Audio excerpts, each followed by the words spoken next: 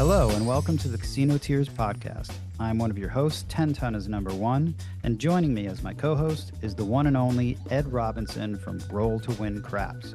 If you want more info on our show, please visit our page at casinotears.com. On this week's show, we discuss listener emails, dice sets, coaster, axial groupings. We also touch on New Orleans, Reno, Wizard, Csonka, Dolphins, Tesla, bat season, and why 10 Ton lost his host. Yo, Ed. What's happening, Mr. 10 Ton? Your voice sounds good, man. Because I'm drinking. Oh, perfect, dude. Oh, my God. No, I'm not. Dude, it's been a day. It's been a day. Really? Oh, my God. I didn't get home till about an hour and a half ago. Long day at the office. Did you see the market today? You know why it was a long day. I think the guy that handles my finances, He probably tells you not to look. well, I know not to look because what good is panicking going to do, right? Does you no good. Cost you money. Does you no good, and then you do stupid things, and you just got to wait. Really be great as if I had a fucking shit ton of money right now, right? Then you just buy everything. That's what I'm telling everybody I talked to today. You got any money, let's put it to work. Exactly. Good time to buy the 4 and 10. Right, Ed? Dude, I got an email that came in. All right, so Ed, this is what we're going to do, okay? All right, I'm here. Good. This is what's going to happen right now. Let me put on my Casino Tears hat. Dude, I mean, no, I kind of like it. You should have the accounting hat on. Visor. I don't have enough bourbon for days like today. Man, I feel like it is a bloodbath, right? It's just, I'm really, sure. I've had worse days. That's good. It could always be worse. Yep. Okay, so You got an email. I've got an email, but this is what I want to do because next week's episode that they're going to be listening to right now, which will be, It's like a time warp thing. yeah, Next week's episode is playing right now. they're going to be listening to this on April 8th. I'm going to finally get to the episode that we answered all those emails because I actually listened to that yesterday and I'm like, damn it, I need to put that out there because there's a lot of good questions. We haven't heard anything from the vent line in forever. We could give shouts out to. It's like an hour and a half. So I'm going to need you to do a little, I think we did this once before, like the archival intro. Like this is a little from the archives, but it's not really. It's actually from, I think it's right after crap season started. So it's from the recent past, the very recent past. I'm going to need you to do a little intro in a second, Ed, because I'm going to segue Tell me right when. into it. All right. But we did get an email and might as well just, you know what? Might as well just get on this email right now. So I think this email was answered. Oh my God. Ed, this email came in. I'm pretty sure it was a response that I sent to this guy. His handle is J-Rod. Okay. I remember that name. J-Rod, this is back in November. I think he just found the email. I know, he just found the email and he said, I just saw this email. No worries. My name is Julio and I go by J-Rod. Wanted to know if you guys can do a show on sets. As a beginner, I know the regular ones, but you did an episode on not knowing what to switch the set to get a different number. Yeah, we could do. I mean, we kind of been talking about that on and off a lot this past year. But Ed, I'm going to give the very short, dumb 10 ton answer, and then you can give the proper answer. Tell me if I'm right, okay? Okay. This is how my growth as a whatever DI. I should play that clip where you call me a DI. You should. I know that when you can't find a number from whatever sets, and I'm only using a few sets, when you taught me how to use or read that coaster chart, which you might have to explain what the coaster chart is right now. But when you taught me how to read that chart, which looks like a complex grid of columns and numbers, which are all sets, when I was able to make sense of that, and it's actually, once you do it, you're like, you have that aha moment. Now I go in there and I can find some different sets. For example, I was throwing a set practicing the other day. It was a column 2 set, a 1-4-1-2. right? I call it the booby set. Okay, that's my nickname for it, Ed. The Nipples. 1412. It's just Okay. nipples. But I'm able to then find some other numbers that I wasn't hitting by using the little code from the chart. I flipped it and then rotated the right die 180 degrees. And that was my new set, which I don't have it memorized, something with threes in it. But that's how I find numbers that I need from different sets. Kind of sort of explained it. Go ahead, Ed. You're the pro. That was a poor excuse for explanation. The problem is it's very difficult to explain it with audio only. You are correct. Yep. It's very, very difficult. But I can tell you this. For example, there are 576 different dice sets available to you. Of those 576 sets, if you think of it as 24 rows or 24 columns, there's 24 rows in each column that all have the sevens in the same set. Now, we give Coaster the credit for bringing it to our attention. He was a mathematician. Dude, Coaster is someone's name. It's That's his his last handle. name. Oh, that's No, his handle. That's his handle. Oh, cool. See, I didn't know this. I didn't know this little fact. Yeah. I need a Coaster now for this mug that's on my desk. But Coaster, do you know anything about him? Yeah, I've met him. I Oh, played you've with him. met Coaster. Yeah. Is he a cool dude? Coaster. Yeah, he's a cool Just dude. chilling. He lived down in South Florida, not far from, I believe he lived close to where Howard Rock and Roller lived. I know they played together a lot. Oh Traveled man, together a lot. dude. Yeah. Coaster Yeah. would be cool to talk to. The Coaster. Yeah, the Coaster chart, man. I love that. Yeah. Now, what's interesting, and I'm going sidetrack here for a moment, having done a lot of research on some things the last couple of 3 weeks since we got back from, since I got back from Biloxi, actually. there was a guy, let's call him Wizard. All right, Wizard. Is that we're just gonna call him Wizard? I'm never going to call him Wizard. All right. He had already learned what Coaster taught us in 2013. So that was 12 years ago. And he had developed a program at that time that would actually do the same thing that we try to do with that chart. So anyway, it's not as new as I always thought it was. Mm. I mean, we always knew that the 2123 2V set had the same SRR as the 6263, which is a cross six set, right? Mm-hmm. But we just were too stupid to figure out why. Well, the sevens are in the same spot. Yeah. On the same faces. So there's a lot of different variations. Some of them are easy. So like if you're using a set that's got twos or threes or cross sixes on top, you can move the right die to the left side of the left die, move it over one and turn it 180 degrees. And it's the same sevens on that particular set. So that's what we're talking about, but it's just almost impossible to really teach that via audio. Yeah, totally. And I think I used to have some videos on some of that, but anyway, it's not a good explanation either by me. It's complicated. But I learned a little that there was like this is like something happens like there were two things evolving in different parts of the world. Oh But yeah, they were very similar and they didn't know about each other. no, Something they had happened no like idea. that. It's like the guy and one guy inventing the wheel, in China or something, and another guy like working on the wheel in England, and then Yeah, and someone in then there's a guy America. in Brazil. The guy in Brazil's got an axle, and they don't know that you need an Yeah. axle yet. Yeah, if only they had the internet. So, 2013 was way back. I mean, that's a long time ago. That is, And man, Wizard. Coaster brought this to our attention right before COVID. Dude, this is like Tesla and Yeah. Edison. Tesla and Edison. Edison, even though I've been to his lab, I think it's New Jersey. Dude, he stole all of Tesla's fury. He stole his thunder. Coaster didn't steal it. Coaster sat down and started playing around with it as a mathematician. He went, "Oh, I've got this, did this." And he only did so many columns himself because he's like, well, nobody wants a hard way set or nobody wants an all seven set.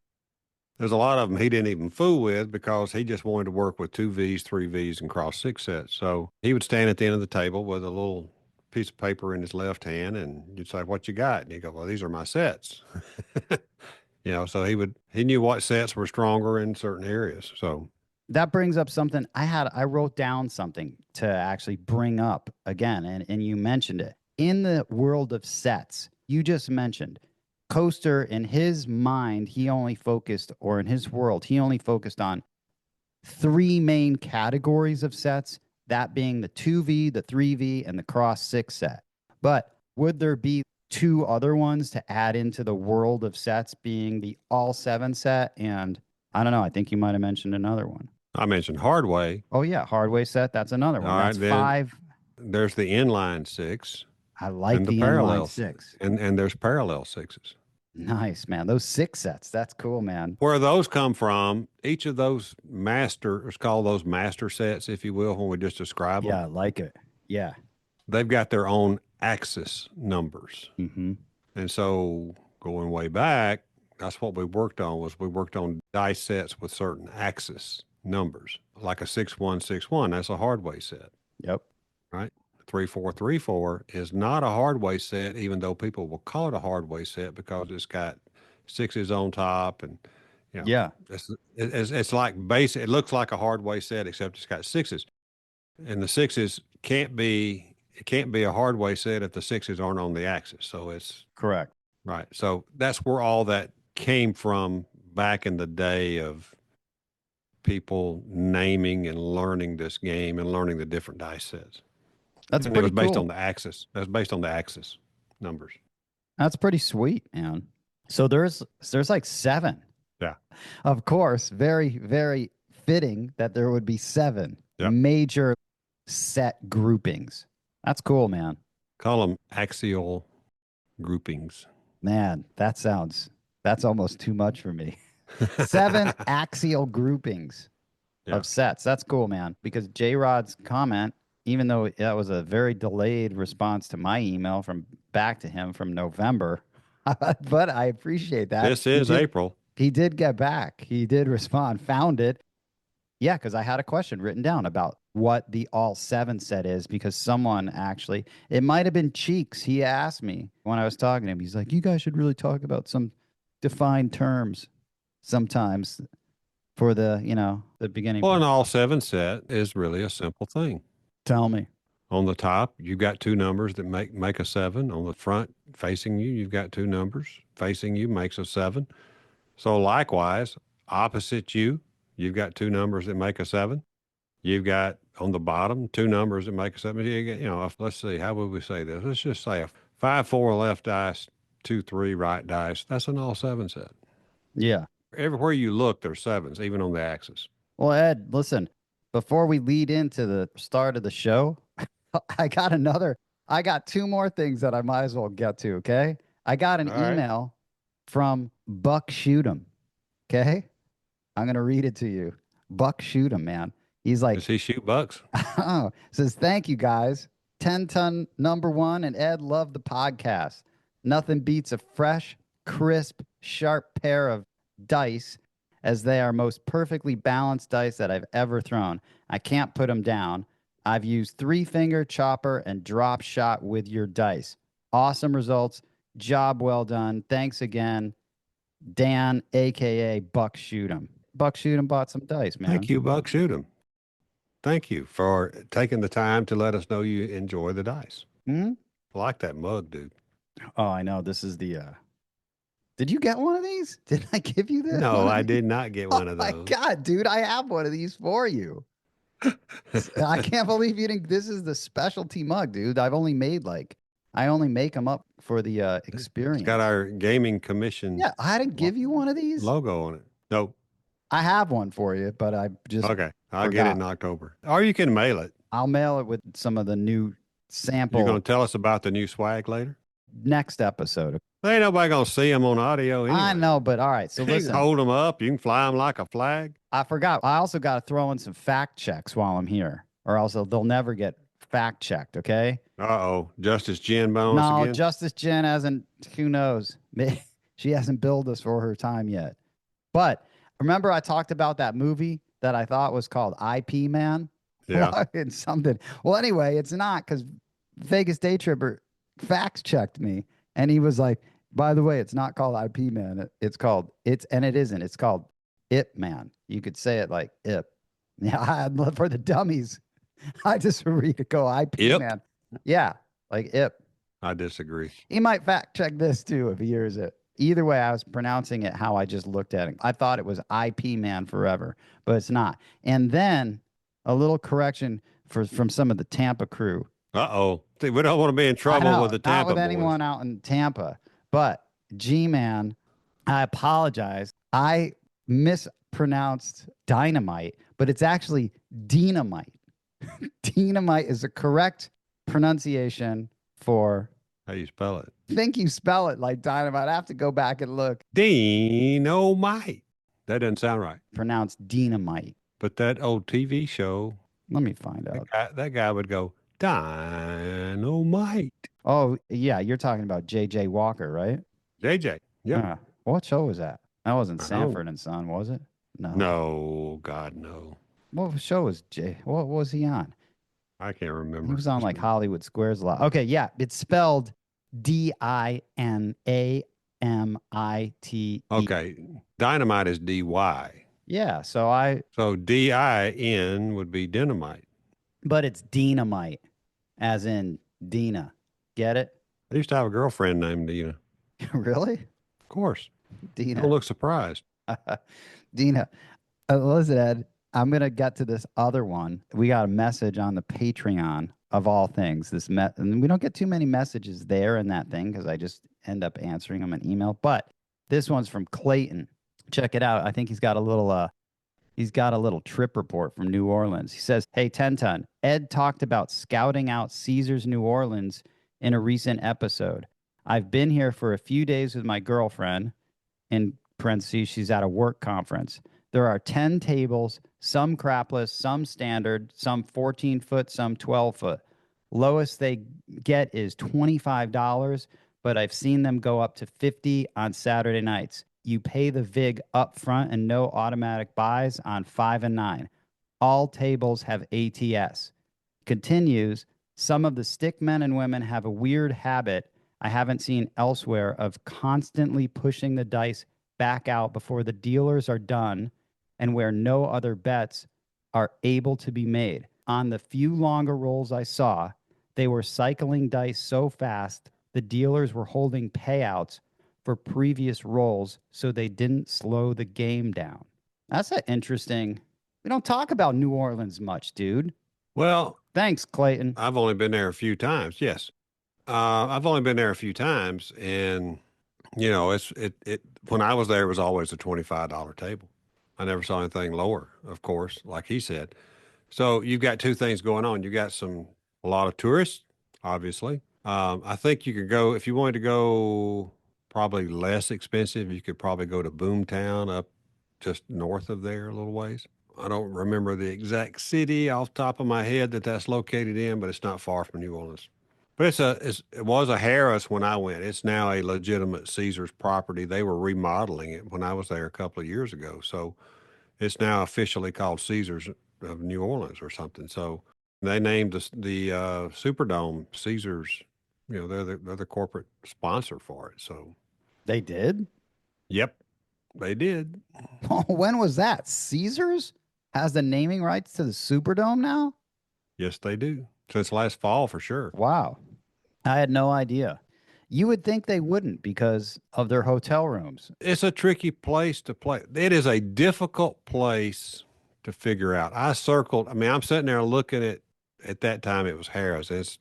You drive around it and you're looking, your phone's telling you where the parking deck is, and you're like, I don't see no parking deck. Let's cross the road. Because of the way the land is and the layout, the hotel is across the road from the parking deck, and then the hotel, you kind of almost got to go through a tunnel under a road to get into the casino. So it's a little odd. It's okay once you know it, but Manning's is good. It's right there in the little Manning's restaurant. It's excellent. And that's not named after like the Mannings, Archie. That's who owns it. Oh, really? Archie? Because Yes. he was the only one to play for the Saints. Archie. Archie, right? Archie Yeah. Manning, dude.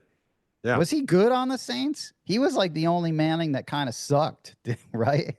So he would like out of all of them, he was the worst Well, one, or to was be fair, he was good, but to be fair, he was just on a shitty team? exactly. Well, see, I have a thing. I think quarterbacks are also responsible as being the most important player on the field to making their team rise up to the occasion. He sold a lot of tickets. How come? An almost local guy. Oh, because is he local? He was from Ole Miss. He's from Oh, Mississippi. yeah, that's right. I guess so. That's close Played enough. at Ole Miss. So, do the people that live in Mississippi then are the Saints their team? Because they don't have a In team. southern Mississippi, absolutely. If they're in northern Mississippi, they tend to lean towards the Titans. Really? Yeah, Interesting, man. it's all about location. So, same thing in Alabama then? Northern No, Alabama. we don't care about the pros at all. I'll just like forget it. You're just your own Don't continent. even watch it. Yeah. Yeah, I like it. I'm gonna keep going with some other keep it current, man. You know, the Right. Dolphins almost came to Birmingham. No, really? That's a When shame. the Dolphins, before the Dolphins went to Miami, it was down to Miami and Birmingham. Why were they for somewhere even before that? Or you're No, talking that about was a brand new. It was a brand new franchise. oh, in their inception? Yep. Dolphins are very, very, very, very, very smart beings. The Dolphins are. Yeah, I they're don't. like I would not say that about the staff or the doctors or anybody that's got to do with head injuries or anything like that with the current NFL program. no, you're right. Name two. All right, here I'll give you some Dolphins quick quizzes, Ed. All right, name the running back duo on the Dolphins Super Bowl team. Csonka and Kick. Oh man, dude, you well, there's another one, the trio, who had the best name on. I mean, okay, Zonka, what a name. Spelled with a C and a Z, Larry. right? What a, CZONKA. Zonka. Larry Zonka. yeah, Zonka, man. What a Jim name. Kick. Yep, those are good names. Although you'd think Jim Kick would have been on special He was teams. well, no, but Jim was kind of like substitute guy, come in relieve guys. Yeah, there was also someone else that you're missing, dude, who had I the know, and I best can't think name. of his name. He I had the cannot best think. name. Can I tell you? Yeah, tell me. All right, I'll give you a hint. His first and last name both start with M. That's not much of a hint. Yeah, I that's a mean, huge hit. M&M's. Dude, I I'm going love to tell M&Ms. you. I'm going to tell you. Mercury Morris. Mercury Morris. You're right. How'd you forget that, right? I couldn't remember it. I Man. couldn't remember it. Man, Ginkgo, dude. Jim Kick should have been on their special teams. He would have been perfect, right? Who was the quarterback? Who was a quarterback? Bob Greasy. Of course he was. Yeah, and I think his backup was Don Strock. Who was his backup before that? Oh, dude, I know this. It's like a old Earl Morrill or something. Yep, exactly. Earl Morrill. That's from the depths of my brain, dude. That is because right there is a case in point of having a decalcified pineal gland, dude. I reached deep into the center of my brain's hard drive. Earl Morrill. I don't even know how I got that. My pineal gland is intoxicated. Good, good, good.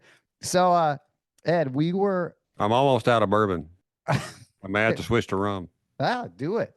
Captain Morgan's. No. Dude. No. We don't know that cheap shit. No. All right. Listen, I'll keep with some current news, okay? There's a lot of current news, but recent current. I talked to James A. Did you really? I talked to James What A. did James A have to say? James A. Who we've named the James A. Patreon challenge after him. Yeah.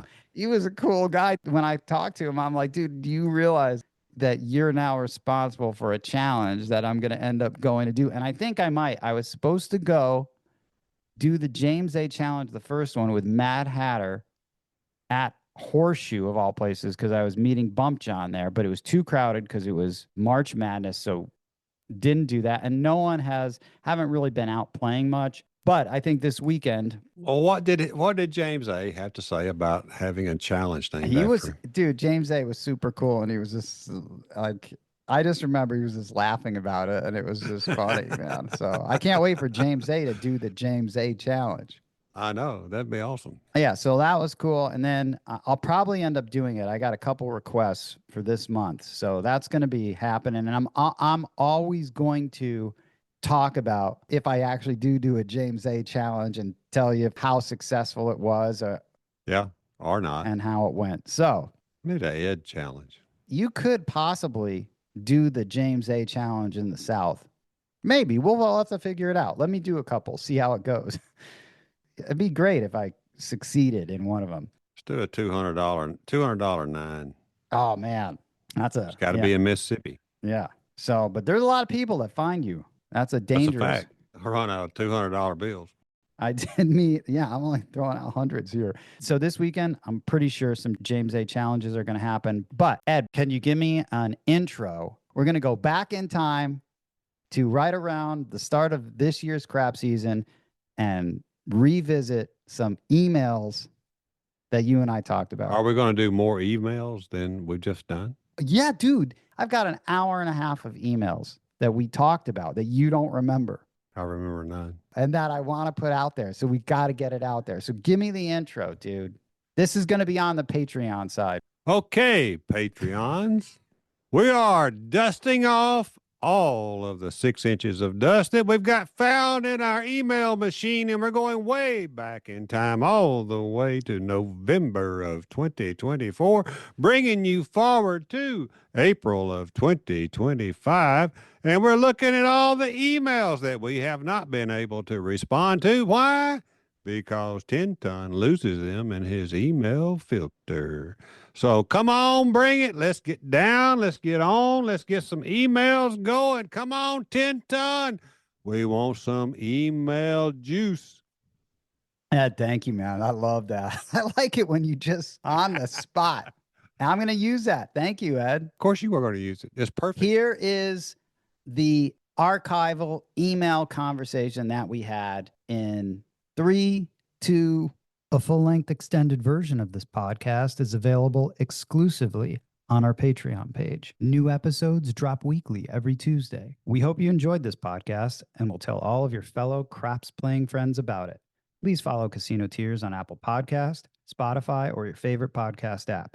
If you like the show, please rate it 5 stars and leave a review. The best and most fun way to contact us would be to call and leave a message on our official Casino Tears vent line, 229-07. You can also email us at no7@casinotears.com. And lastly, to help support this podcast, you can visit our Patreon at patreon.com/casinotears. On behalf of Roll to Win Craps from Alabama and 10 Ton is #1 from Las Vegas, thanks for listening.